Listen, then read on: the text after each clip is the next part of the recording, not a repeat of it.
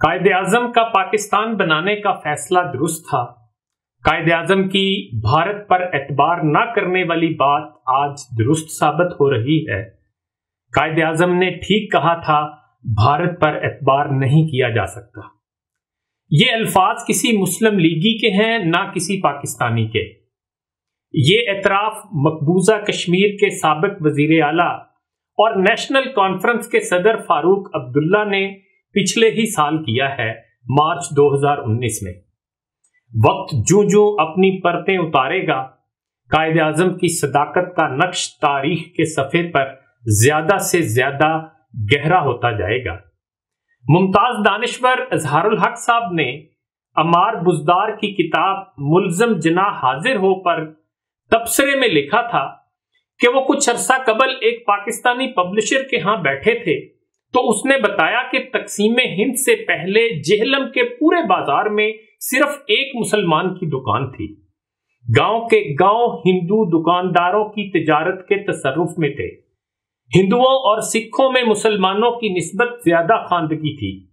راولپنڈی میں جو عمارت آج وزارت دفاع کا ہیڈ کوارٹر ہے، اسے قیام پاکستان سے پہلے سے کلکتہ دفتر کہا جاتا تھا، اس لیے کہ یہاں دفاعی حسابات کا ہیڈ آفس تھا اور اکثریت اس میں کلکتہ کے ہندو بابوؤں کی تھی۔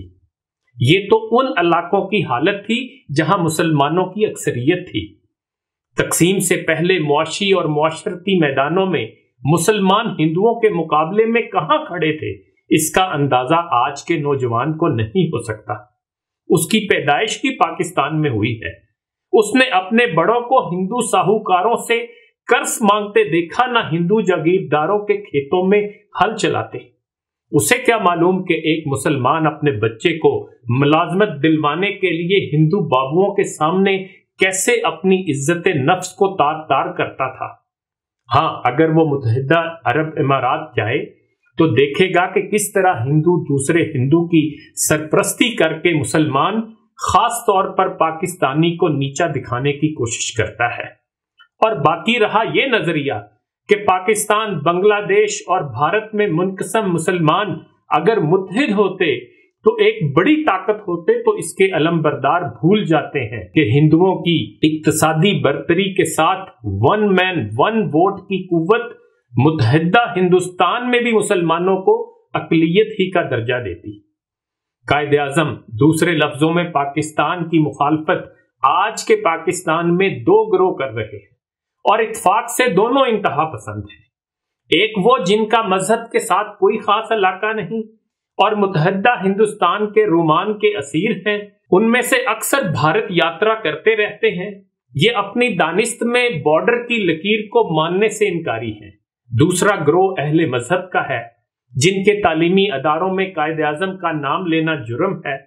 تحریک پاکستان کی تاریخ سے طلبہ کو ہر ممکن حد تک ناواقف رکھا جاتا ہے، اور قائد اعظم کا ذکر کرنا بھی پڑے تو بیگانگی اور اکتاہٹ کے انداز میں جناح صاحب کہہ کر خانہ پوری کر دی جاتی ہے۔ وقت کی غیر جانبدار چکی نے دونوں انتہا پسندوں کے موقف کو پیس کر رکھ دیا ہے۔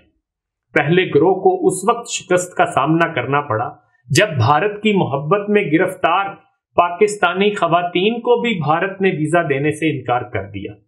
آر ایس ایس کے سیاسی چہرے بی جے پی کو جب سے بھارت میں اقتدار ملا ہے، بارڈر مخالف پاکستانیوں کے لیے مشکل سے مشکل تر ہوتا جا رہا ہے کہ گو ماتا کے نام پر مسلمانوں کے قتل عام پر خاموش رہ سکیں۔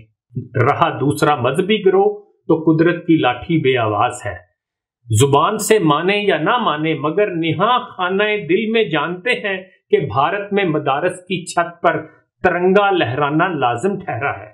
14 اگست، 23 مارچ اور 25 ستمبر کو تعطیل نہ کرنے والے پاکستانی مدارس کو معلوم ہے کہ یو پی کے وزیر اعلیٰ آدتیہ ناتھ نے مدارس کو رکشا بندھن، دیوالی، دسہرہ، کرسمس اور دوسرے تہواروں کے دن مدارس بند کرنے کا حکم دیا ہے اور اسلامی تعلیمات کم کرنے کا کہا ہے۔ 11 اگست 2017 کو یو پی کے اقلیتوں کی بہبود کے وزیر لکشمی نارائن سنگھ چودھری کے حکم سے یو پی کی حکومت نے تمام اسلامی مدارس کو حکم نامہ بھیجا کہ ہر مدرسہ میں یوم آزادی منایا جائے